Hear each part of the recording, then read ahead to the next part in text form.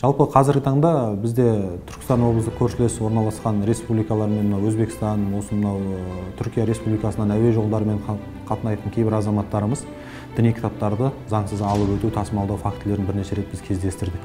Діни қызмет және діни бірлестіктер туралы қазіргі қолданыстағы заңнамаға сәйкес, жалпы діни мазмұндағы діни әдебиеттерді тек қана тіркелген ресми діни бірлестіктердің өкілдері ғана тасымалдауды жүзеге асыра алады. Онда да бұл алып келетін әдебиеттер міндетті түрде уәкілетті органның дінтану сараптамасынан өтуі керек. Екіншіден, бұндай діни әдебиеттерді елімізге жеткізілгеннен кейін, оны бей-берекет қоғамдық орындарда, не болмаса белгіленбеген орындарда таратуға жол берілмейді. Қазіргі таңда діни қызмет және діни бірлестіктер туралы заң бар.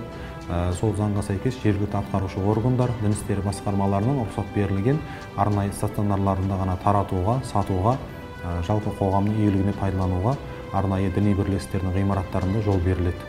Міне осындай еліміздің азаматтарына, соның ішінде біздің облысымыздың тұрғындарына қаперлеріне салатын жай, діни әдебиеттерді шетелдерден алып келген кезде оның заңдылығына біріншіден назар аударайық. Екіншіден, оны таратқанда, сатқанда, не болмаса діни бірлестіктердің ғимараттарында таратуға жол берілген жағдайда, егер заңсыздықтарға сіз бен біз жол беретін болсақ, сіз бен бізге әкімшілік айыппұл қаралғандығы, сондай-ақ жауапкершілікке тартылатындығымызды қаперлеріңізге саламыз.